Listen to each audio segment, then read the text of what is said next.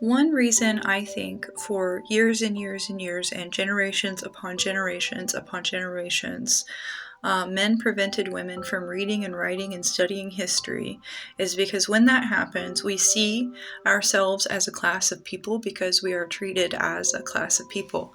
And one part of history that sticks in my head rent fucking free is the fact that during the start of the Industrial Revolution, women had no rights over their children.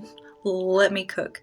This is the reason we have this kind of weird society right now in America with like the red pill and all. I blame factory culture. At the start of the Industrial Revolution, I blame factory culture for this. Because what was the pipeline to get workers in Great Britain and across Europe during this time period, like in the late 1800s, before women had rights? These men were basically raping women pregnant, leaving them on the streets homeless. And then, of course, you can't raise children with no home. So their children were taken from them, literally pulled from their breast and put into foster care systems, into homes. And so you had this whole generation of boys and girls that were raised without their mother and father. They didn't hear bedtime stories. They grew up in the workhouses during this time. The workhouses were horrendous, and there was so much like so much sexual assault on children and women. And like you get a group full of men who have never had a mother, who were raised in orphanages because their mom was a poor woman on the streets. And you can only imagine how they talked about women at that time. Factory owners hated women. Men hated women because they had no deeper connection to them. For, I want to say, a good 60 to 70 year span of time during the Industrial Revolution, en masse, the industrial class was kidnapping the children of impoverished women and putting them into workhouses. If you've ever watched the movie Anastasia, this is kind of what happens to Anastasia. Her mother and father are dead. Okay, yeah, they're the Tsar of Russia, but just pretend she's just a random person. That's what would happen. That was the pipeline. They got their workers from foster care, and foster care was filled with children that were taken from women because women had no rights over their kids during this time period in history. Women had no rights over anything. They couldn't own property. They couldn't read and write in some regions still. And we were just now getting female authors like Mary Shelley and all this other stuff. And so you sit back and you think about it. A bunch of men kidnapped from their mother at birth, put into foster care, into orphanages by the powers that be. We'll call them the powers that be. And they have no association with women except seeing them getting assaulted. They grew up seeing women treated like cattle. I remember reading a story of one mother who lost her son as an infant, found out where he was by following the paperwork and having people read for her. And she stood outside the factory when her son turned 5 and stood outside the factory trying to see him, even though she wouldn't recognize her baby because he was taken in infancy. And you have a whole generation of people, coming to the U.S. treated like this, in the European ethos. This is how we treated each other. And so you have this generation of factory men, factory culture, where the orphanages are split by gender, the workhouses are split by gender, and you have their only association with women being sex workers.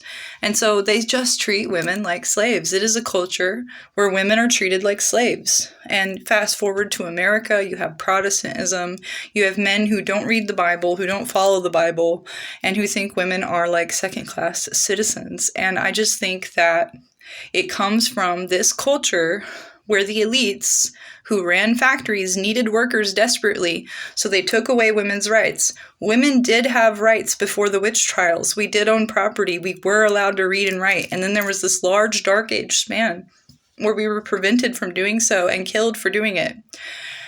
And so you have this situation where all these women were killed in mass during the witch trials. Their children were put in orphanages. The workhouses were used to recruit workers. And so you had I want to say a motherless generation of boys who have a terrible association with women intergenerationally. And these are the same men who went to America and started marrying children, because if a woman is only for reproduction and only for sex, it doesn't really matter what age you start her at, right? Like, that's the mentality. That's where all this sickness comes from. So these men who had no association with women, who were basically just forced into factory work their whole lives, their only real bond with women was a sex work scenario, intergenerationally have created a terrible culture. A terrible culture. It's very exploitative. We're all struggling to eat and survive and live well. And I think that it behooves us to see that a lot of this misogyny started with murder. King James murdered his own mother. King James was a down low gay man. You can find his love letters to his boyfriend or whatever, his paramour, his male lover. Like, you can find the love letters King James wrote to his male lover. And so it was never about like the goodness of God or anything like that, the witch trials. It was all about power, control. And if you really look into it, the biggest power, the hand that rocks the cradle, rules the world. And you had hundreds of thousands of little boys and little girls being forced into workhouses, being educated that they are slaves and this is okay. And their mothers and fathers were either dead, having starved on the streets ages ago when they were infants, presumably, or their fathers just wandering around working himself to death. And this is what European culture is. This is how capitalism is. It's very odd. And not a lot of people are aware of these facts. Not a lot of people are aware of the fact of why did the men descend into this like patriarchal woman-hating cult where they were even preventing women from reading. And the truth of it is they murdered a lot of women and just started marrying children for like 2 or 3 generations. The truth of it is the good guys lost. They got their heads put on pikes. And I think about sometimes why America is the way it is. Why is child marriage legal in 34 out of 50 U.S. states? And I think about that sometimes. Who normalized that? And in every culture, I'm just using British culture as like an example, but in every culture, it always starts with the murder of the women. So I guess just be dangerous. In our current system, I think we are dealing with the descendants of factory culture, motherless sons, motherless men that don't have a good connection with their moms. I think that's really what it is, where these are the descendants of that first generation that was robbed from their mom. People who aren't raised by parents have a hard time. They just do.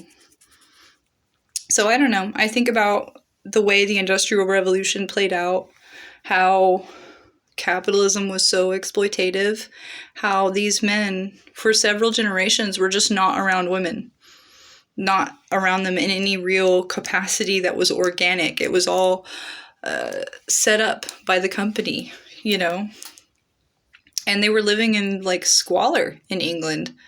The whole reason the colonies were started was to offload the poor, and offload the fatherless.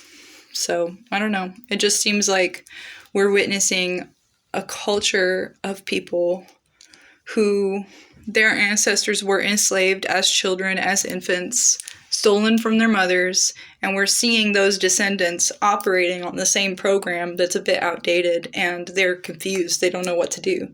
They don't understand why nothing's working out, and they don't understand why their ideas about women don't apply and aren't reality. When might makes right, when you're a hammer, everything looks like a goddamn nail. And so you don't know what's going on. They don't even know the origin of their own families. They don't even know this about themselves. So it's very interesting. Most British people I talk to have no idea that their ancestors were slaves. They're like, oh yeah, they worked in a factory. No, like he was a child slave working in a factory. You're a great-great-great-great-grandfather. And not that long ago. A century is really not that much time. That's like 2 generations. So it's something to think about. Those who would enslave their own enslave themselves.